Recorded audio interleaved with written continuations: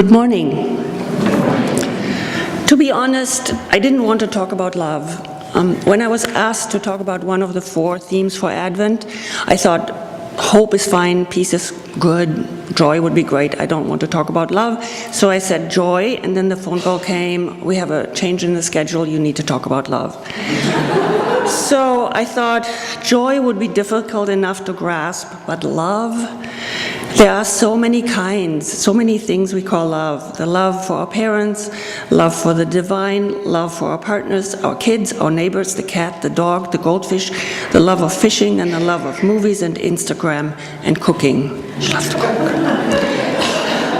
cook. So I put love into Google. Not very helpful. You can imagine what came up. But the results did confirm my suspicion about the many kinds of love and the general confusion about it. Still, who Googles love? Then I decided to Google the Bible on love and found myself awash in a flood of quotations. And just when I realized that I wasn't supposed to write a sermon because Corinne and Adam do that and are so much better at it, something else dawned on me. I was trying to hide behind definitions and authorities to cover up my own insecurity about love. And even though it's a pretty big book, you cannot hide behind the Bible. Left to my own devices, I realized that I didn't always know how to distinguish love from an exaggerated sense of responsibility, because I confused desire with love, because I felt like I hadn't always lived up to what love expects of me. Here is a poem I was reminded of that spells out the problems with love and that I would like to share with you. It's by Robert Hayden. It's tiny print. Those winter Sundays. Sundays too, my father got up early and put his clothes on in the blue-black cold. Then with cracked hands that ached from labor in the weekday weather, made banked fires blaze.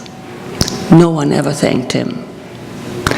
I'd wake and hear the cold splintering, breaking. When the rooms were warm, he'd call, and slowly I would rise and dress, fearing the chronic angers of that house, speaking indifferently to him who had driven out the cold and polished my good shoes as well. What did I know? What did I know of love's austere and lonely offices? Our experience of love is often painful, mixed with fear and regret and our lack of understanding. In this poem, we see why. Love can be obscured by the mood in the house of anger, and growing up in this house, no doubt, has left traces of distrust and resentment in the speaker, the writer. And suddenly I thought about one of the quotes from the Bible that had stood out for me.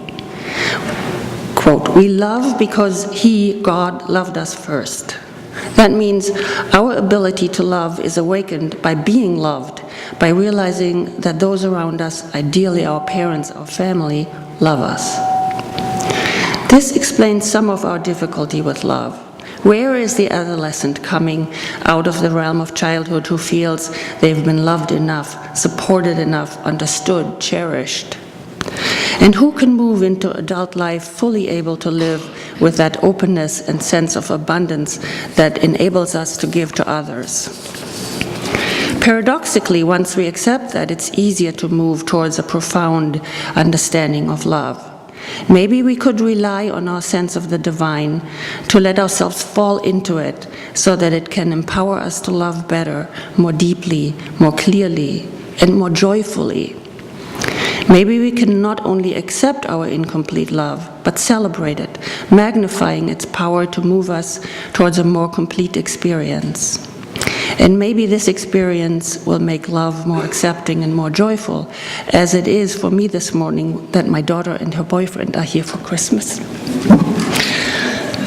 And then I wrote a poem, the last stanza of which I would like to share with you. Who's to say that all the dead-end streets of love and longing were good for nothing? That the blind woman didn't see the vision with her third eye? Who's to say we should measure love with some kind of yardstick? There is no multiple choice test on love. better to let all your love stand in a circle around you, all those you have embraced on your erratic journey, and touch each by the shoulder lightly, saying, "You too, you too." Saying it is all right to stay or fly away. Give them your blessing, then wake up, and turn to the ones who are there, and may your circle be wide. We light the candle of love. May its light burn brightly to magnify God's presence in our lives and in our world.